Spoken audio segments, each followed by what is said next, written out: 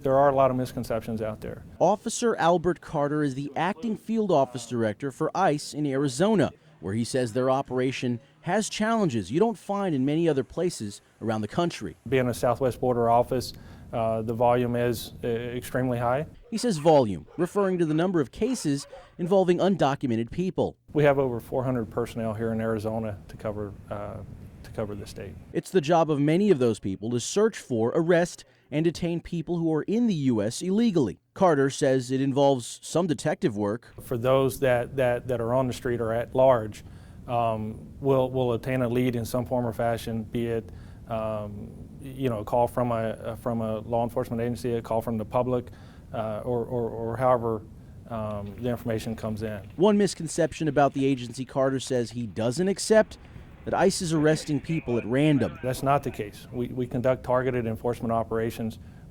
Anytime when the at-large officers are out there, they know who they're looking for. We're not out there ripping families apart. We're not out there just arresting anyone off the street. He described to KGUN9 the process of booking and detaining undocumented people following their arrest. They'll go through the legal orientation program. They're given a list of free legal services and what have you. From there, he says they're taken to any of 4 detention facilities across the state, only one of which is owned by ICE, which is consistent with a report from worthrises.org, a nonprofit private prison watchdog group.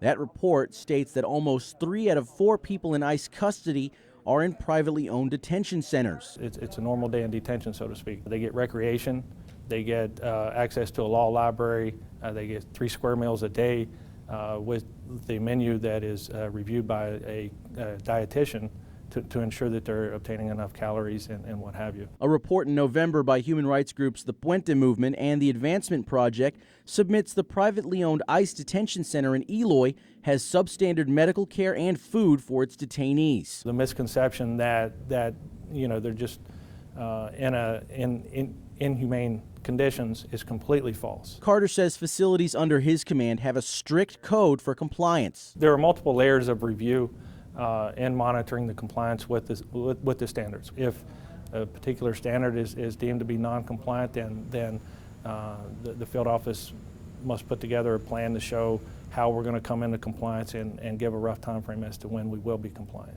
Carter says the Office of Detention Oversight inspects facilities on a yearly basis, and compliance officers routinely visit or are already at facilities. In these trying times, ICE has a bad reputation. I can tell you right now that's it's unfair. Despite reports, Carter says he stands by the missions and standards of the Immigration and Customs Enforcement Agency. They work very hard to treat people humanely, compassionately, understanding everything that they're going through. For KGUN9 on your side, I'm Rogelio Mates.